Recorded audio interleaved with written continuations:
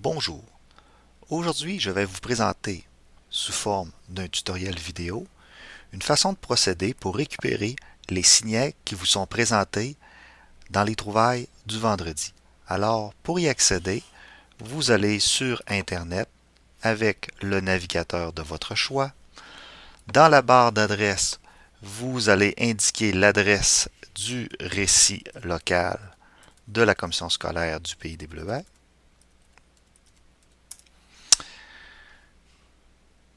Vous allez accéder à cette nouvelle page revampée pour cette année.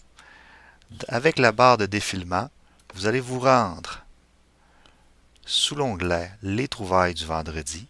À cet endroit, les 10 derniers signets qui ont été présentés sont accessibles sur la page d'accueil du récit. Toutefois, comme vous le savez, l'année dernière, on a présenté quand même plusieurs signets. Si je veux récupérer les autres signets qui ont été présentés l'année passée, je m'en viens cliquer sur le titre ici, Les trouvailles du vendredi. À ce moment, j'accède au site Delicious, qui est en fait une sorte de page web où est-ce qu'on est capable de partager des signets à une communauté. Alors, comme vous pouvez le voir, vous avez les signets qui sont présentés en ordre chronologique, c'est-à-dire du plus récent vers le plus ancien. À droite de la page, vous avez les mots-clés qui sont reliés à chacun des sites et de la façon que ça fonctionne.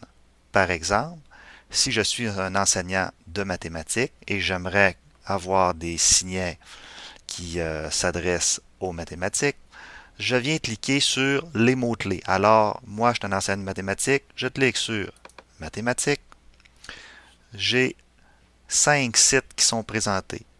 Maintenant, je suis un enseignant de mathématiques du premier secondaire, du premier cycle du secondaire.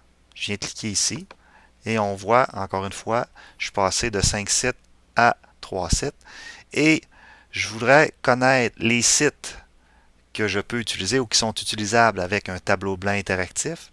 Par exemple, je viens cliquer ici sur TBI et encore une fois, plus je vais ajouter de mots-clés, plus ma recherche va être précise.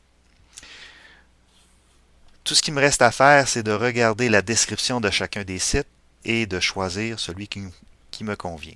Alors, pour l'exemple, ici, Bibliothèque virtuelle de mathématiques, je clique dessus et j'ai accès au site. Merci.